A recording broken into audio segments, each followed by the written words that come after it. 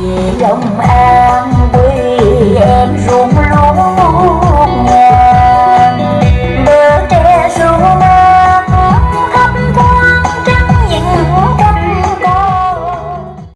Lại mấy chắc con sữa giờ nó quay trở lại bắt được chuột cái thơm kỹ á. Giờ còn ngay đây cái lớn cuối nè.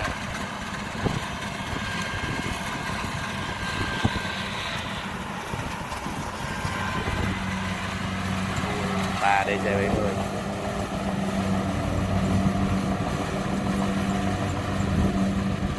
cái bờ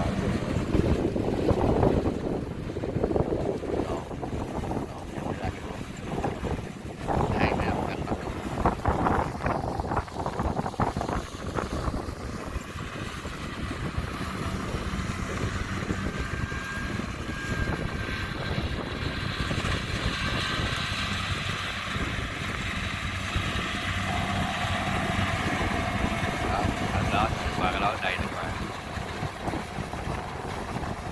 đó đây còn ba đi dòng có chút đây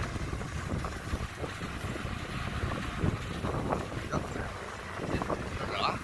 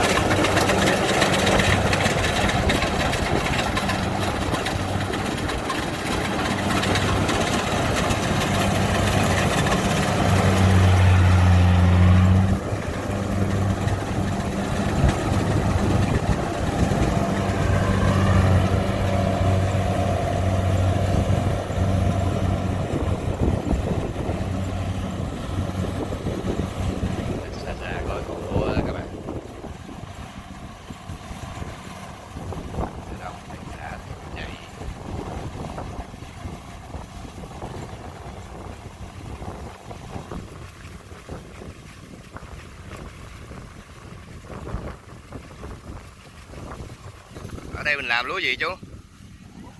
Muỗng chính nè, nay được giá không chú?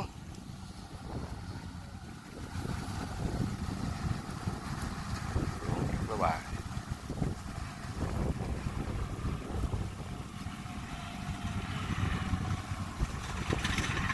Anh này nè, không biết cho anh bắt chuột. Chuột viên đây để trời. Có không chó nó hửi hửi.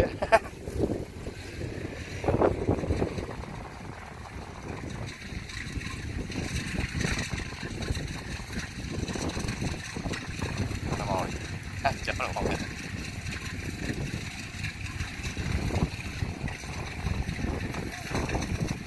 Kìa. Đó, chó hay vậy. Đó.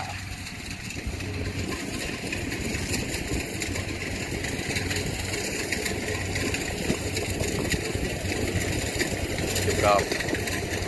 Quay lại coi mấy cái.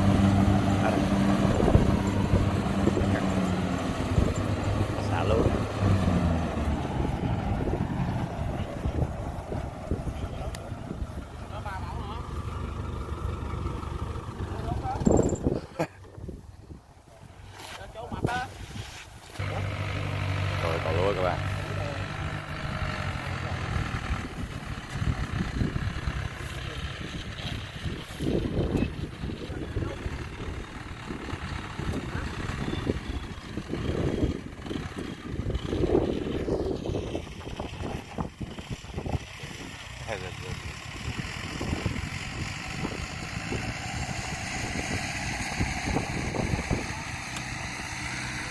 đầu vui.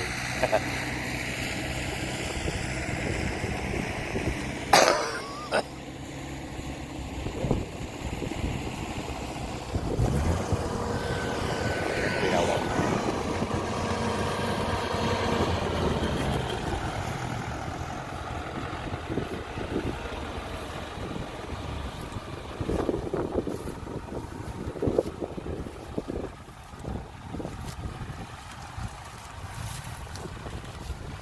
Yeah.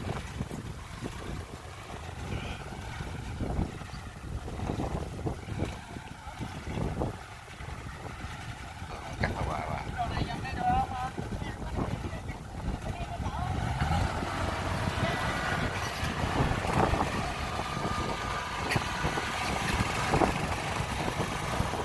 Lên lộ cho bò. Đó. Ngã sát.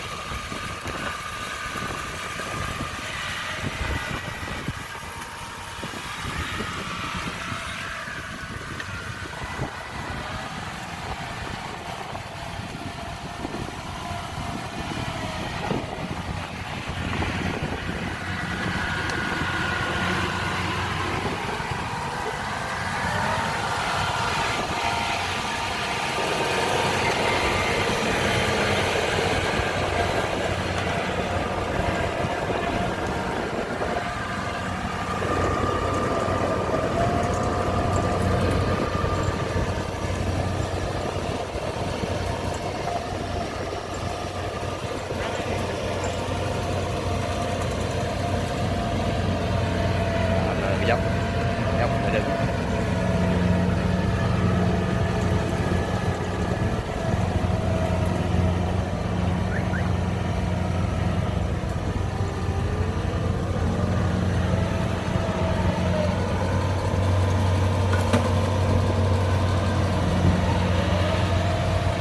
Rồi còn lúa nữa các bạn. Đang vô.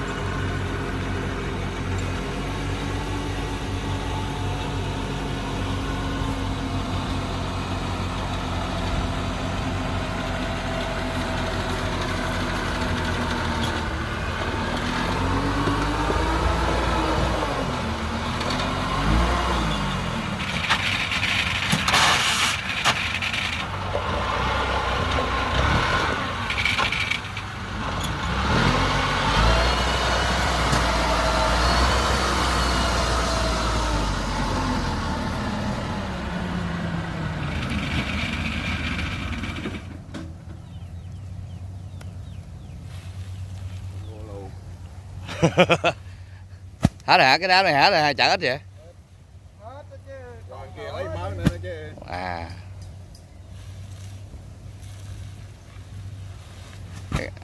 Ông nhịn nè, tôi thấy là sao ngày nào cũng mặc áo tím ha.